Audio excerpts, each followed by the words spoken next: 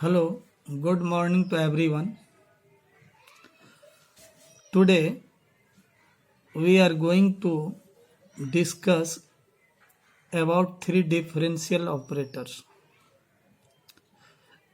First, gradient, second, divergence, and third, curl. So it is gradient, divergence, and curl. Actually, these three differential operators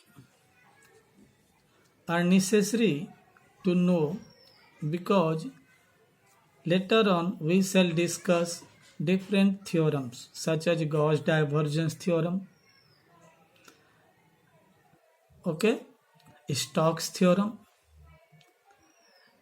But before going to discuss about Gauss divergence theorem, Stokes theorem, we shall learn three differential operator. First of all, see here. What is this? This is del operator.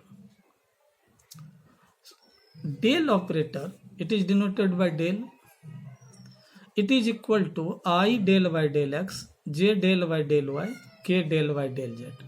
Okay. Now we will discuss gradient, divergence, and curl one by one. So we focus on gradient of a scalar field. What is gradient of a scalar field? Let phi be any continuously differentiable scalar function. The gradient of a scalar function phi is mathematically defined as gradient phi is equal to I del phi by del x, j del phi by del y, k del phi by del z. Here phi is common, so phi can be taken outside. Under bracket, the term will be I del y del x, j del y del y, k del y del z equal to del phi. As I said earlier, del is equal to I del y del x, j del y del y, k del y del z. So it is del operator. That is why we replace this whole term by del and we read it del phi.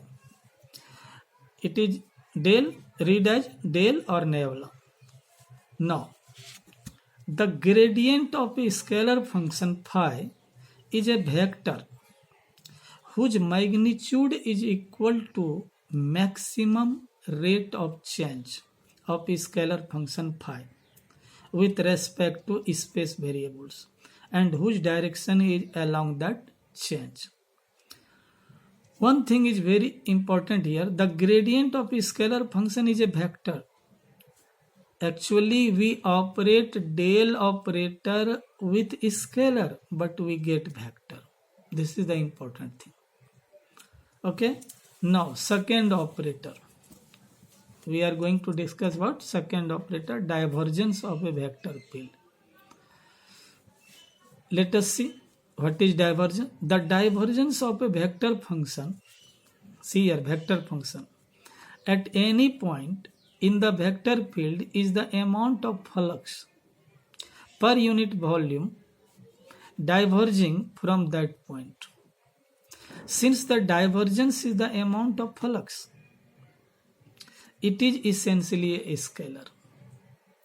In the first part, we saw that the gradient of a scalar function is a vector, but here divergence of vector is a scalar. Now take vector A.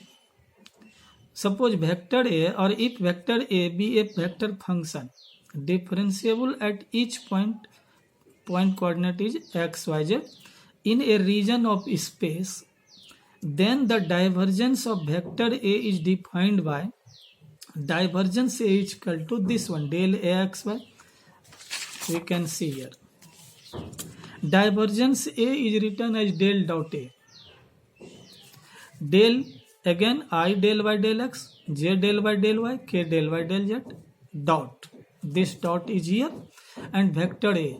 Again, vector A has three components. So in terms of unit vector, vector A may be written as IAX JAY KAZ. Okay. Now see here, dot product multiplication. Recall I dot I is equal to 1, J dot J is equal to 1, K dot K is equal to 0. Rest will be 0. So I dot I del AX by del X into AX, this one. J dot J1 del y into AY, this one. K dot K1 del y del Z AZ, this is. So this is. In terms of operator del dot A is equal to this, and this is written as divergence A. Okay. Now, if vector v is the velocity of a moving fluid at a point, then divergence v is the rate at which the fluid is diverging from that point per unit volume. If the divergence of any vector function is 0, this is very important. If the divergence of any vector function is 0, it means that the flux of the vector function entering any element of this region is equal to that leaving it. Means if the divergence of any vector is 0, it means the flux which will enter must leave. Any vector A satisfying the condition divergence A is called a solenoidal vector.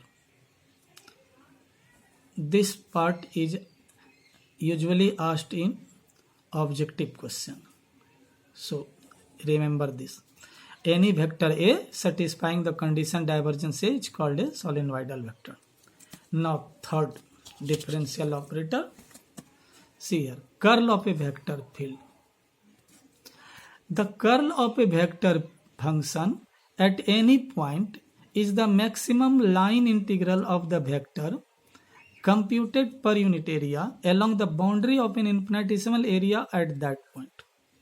See here, if v is a function differentiable at each point x, y, z in a region of space, then the curl of v is defined by this one. So let us see. See here, curl A is written as del cross A. Okay, again del is equal to, as I said earlier, I del y del x, j del y del y, k del y del z, and this is cross notation. Cross in terms of unit vector, A is written A, but it is not solved like this. It is solved by matrix formation. So del cross A is written as, first I write I j k del y del x del y del y del y del z and component of ax, ay, az, and now we solve by matrix formation. Okay, so we have discussed one by one three of differential operator: gradient, divergence, and curl. I have prepared a table. These three are shown in tabular form. It will help in memorizing. First, gradient is a scalar quantity, divergence is a scalar quantity, curl is a vector quantity. These two vector, one is scalar. Gradient is applied on a scalar quantity to give a vector field. Divergence is differential operator applied on vector field to give a scalar. Here vector is scalar. Curl is a differential operator applied on vector quantity to give another vector field. Okay.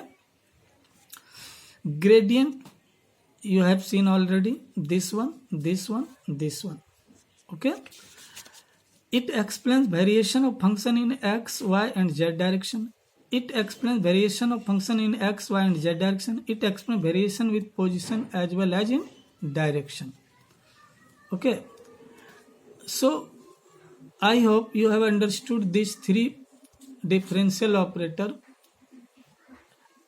These three will help in understanding the theorem, Gauss divergence theorem, Stokes theorem. So next video will be on Gauss divergence theorem. Thank you.